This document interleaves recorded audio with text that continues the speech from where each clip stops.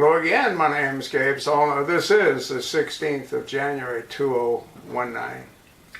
Just read an interesting article. It's posted by Politico magazine, written by Daniel Hemmel, posted on the 16th of January. Title: What happens if Ruth Ginsburg remains too sick to work? Nothing. History is full of Supreme Court justices who were incapacitated or worse. That's the price of life tenure, and it's worth paying. Well, that's what you think, Daniel, but I think you're totally wrong. In the past 2 months, Ruth Bader Ginsburg has fractured 3 ribs and has had 2 cancerous nodules removed from her left lung. She was absent from oral arguments last week and will miss this week's argument as well. Doctors say they expect her to be back on the bench in February. And until then, she will review transcripts from her home and participate in the court's decision making remotely. But her return to work has not yet quieted critics who say that Ginsburg should have retired long ago and that her health issues are the latest evidence that justices should not be allowed to serve for life. Ginsburg, who is 85, suggested this summer that she intends to serve at least 5 more years on the court.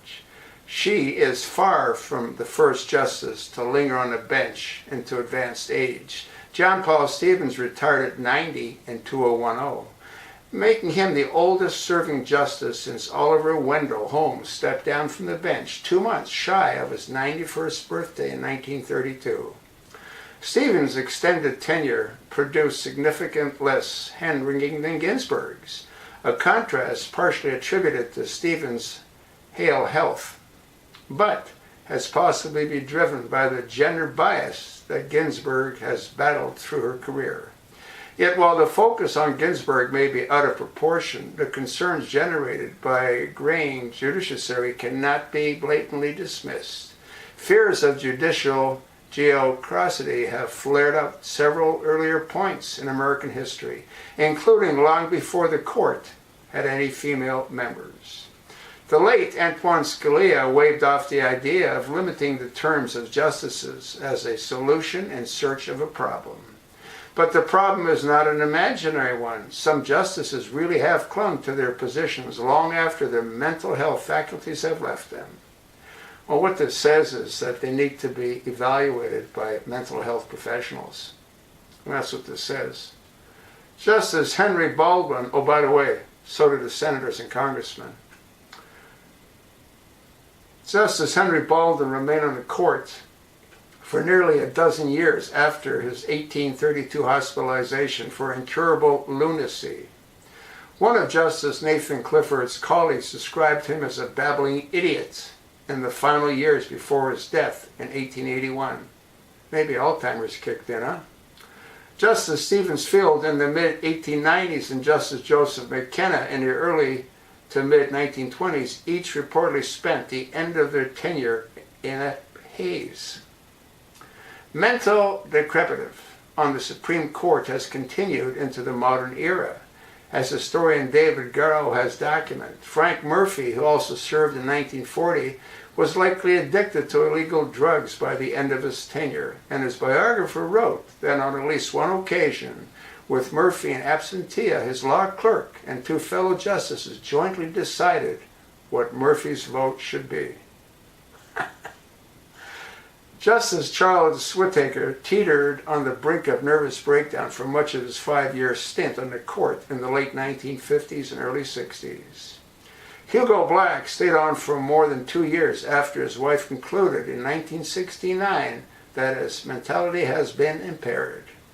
Nor was Black the last justice whose mind slipped while he was still on the bench. In 1975, his last year in the court, William O. Douglas was so severely disabled by a stroke that his fellow justices agreed to delay any decision to which Douglas's vote could swing the outcome.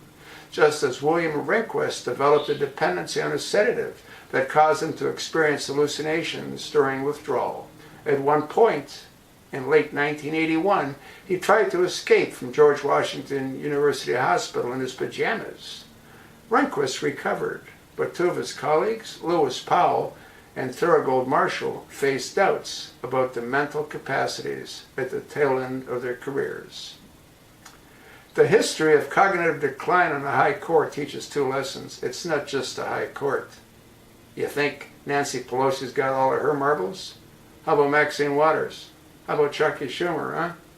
There is a real risk of substantial time lag between the onset of mental deterioration and a justice's retirement.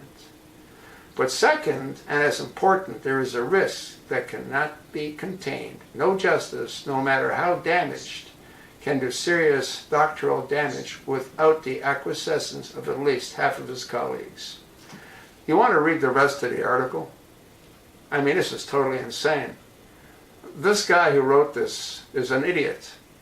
Why? Well, he thinks that it's okay. Leave him on the bench, even although they've been proven to be mentally incapable of clear thought, which is why I've said they all need to be tested by a mental health expert every year. And they have to be drug tested. And there has to be term limits. His argument for not having term limits, total bullshit. That's what I think. You want to repost this in all your social media accounts.